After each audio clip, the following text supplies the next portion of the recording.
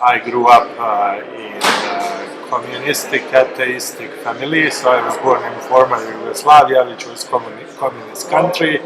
My parents were communists, atheists. That's how they brought and raised me, and that's what I was taught in the school. 1992, when I was only 23 years old, war started in my country, and it was a time of great confusion for me because I'm coming from mixed marriage. My mother was one nationality, father the other nationality, and war was between those two nationalities. And I was supposed to choose one side and to fight against half of my family.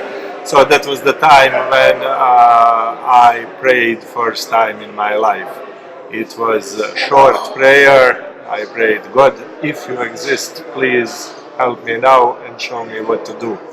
So it took me a few years from that first prayer. God answered that first prayer, and took me a few years of answered prayers, of hanging around with Christians, starting to read the Gospels, understanding intellectually what Christianity is, what Jesus did for me, to come to the place to accept Jesus as the Lord and the Savior and to become Christian and His disciple.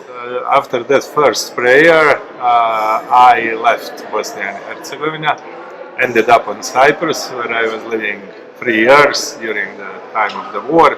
Through that time I came to faith, I became Christian, and I committed to myself and to my wife that we will never return to Bosnia and Herzegovina, because we were so hurt by the war, and we just didn't want to go back, and our kids to grow up in possibility of some future war or conflict.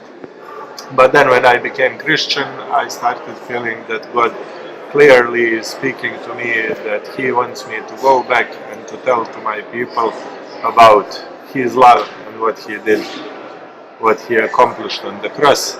So I came to the point, my will or His will, and I surrendered my will to His. So some 20 years ago we returned to Bosnia and Herzegovina, and since then we live there and minister to people of my country.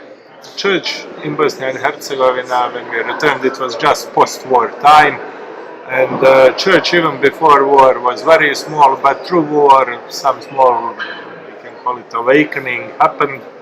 But still today, born-again Christians are quite small minority in Bosnia and Herzegovina, so we are really in the need of your prayers and in need of revival.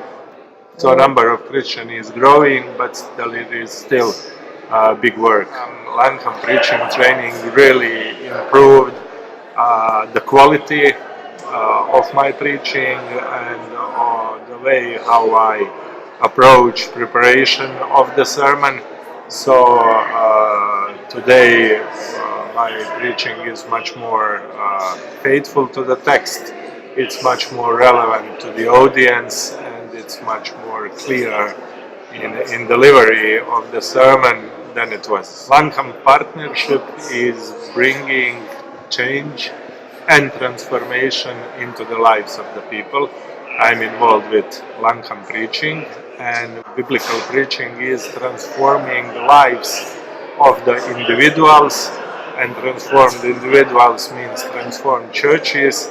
Transformed churches are bringing transformation to the cities and to the nations. And Langham Partnership plays important role in growth and of God's kingdom. It's good to support Langham Partnership and its work around the